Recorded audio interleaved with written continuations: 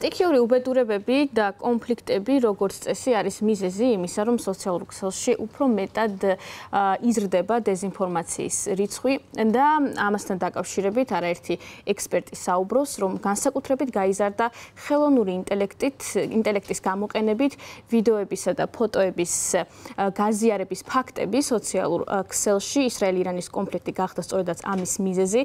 მაგალითად, BBC-ში აცხადებენ, რომ დაახლოებით 100 მილიონი ნახვა აქვს ხელოვნური ინტელექტით შექმნილ 3 ვიდეოს, რომელიც ვრცელდება ამ კონფლიქტთან დაკავშირებით და არის ყალბი ძალიან ბევრი მომხმარებელი შეცდომაში შეიყვანეს ამის გამო. არსებობს რამდენიმე მეთოდი, რითაც შეგვიძლია მივხვდეთ, რომ ვიდეო ან ფოტომასალა დამზადებული არის ხელოვნური ინტელექტის საშუალებით. მაგალითად, დაახლოებით 2 მილიონი ნახვა აქვს ვიდეოს, რომელზეც ჩანს დანგრეული შენობები, მთლიანად დანგრეული ქალაქი.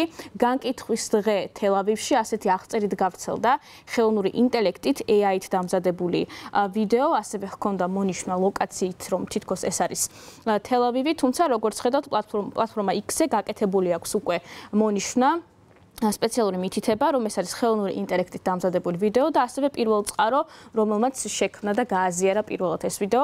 ერთ-ერთმა TikTok ანგარიშმა გააზიარა, რომელიც თავის აღწერაში ამბობს, რომ არის ხელოვნური ინტელექტით მებრძოლი და მის ანგარიშზე არის სხვა ხელოვნური ინტელექტით შექმნილი ვიდეოებიც და შესაბამისად მსგავსი ვიდეო ასევე არ გავრცელებია ამ თემასთან დაკავშირებით სხვა რომელიმე ანგარიშს ან მედიას. შესაბამისად ეს არის AI-ით დამზადებული ვიდეო და დეზინფორმაციული აღწერა.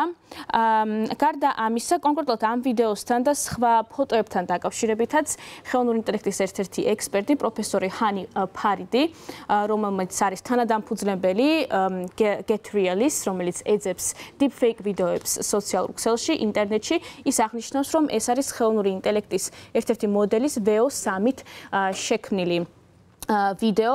ერთ-ერთი რჩევა, რომელსაც ის იძლევა, როდესაც ვხედავთ ვიდეოებს ხელოვნური ინტელექტით დამუშავებულს, მივაქციოთ ყურადღებას, თუ რამდენი ხანი გრძელდება თითო კადრი. როგორც წესი, VO3-ით დამზადებული ვიდეოები არის მაქსიმუმ 8 წამიანი და როდესაც გავრცელდება ასეთი ვიდეო, ის მომხმარებლებს ურჩევს, რომ ეჭვი შეიტანონ, რადგან როგორც წესი, ასეთი ვიდეოები მაქსიმუმ არის 8 წამი გრძელდება. კიდევ ერთი ვიდეო დეზინფორმაციულ რომელიც ვრცელდება სოციალურ ქსელში არის ის, რომ თითქოს ირანში გაიმართა ისრაელის მხარდამჭერი საპროტესტო აქცია. ასეთი ინფორმაცია არ იძებნება არც ღია წყაროში, არც ენაზე.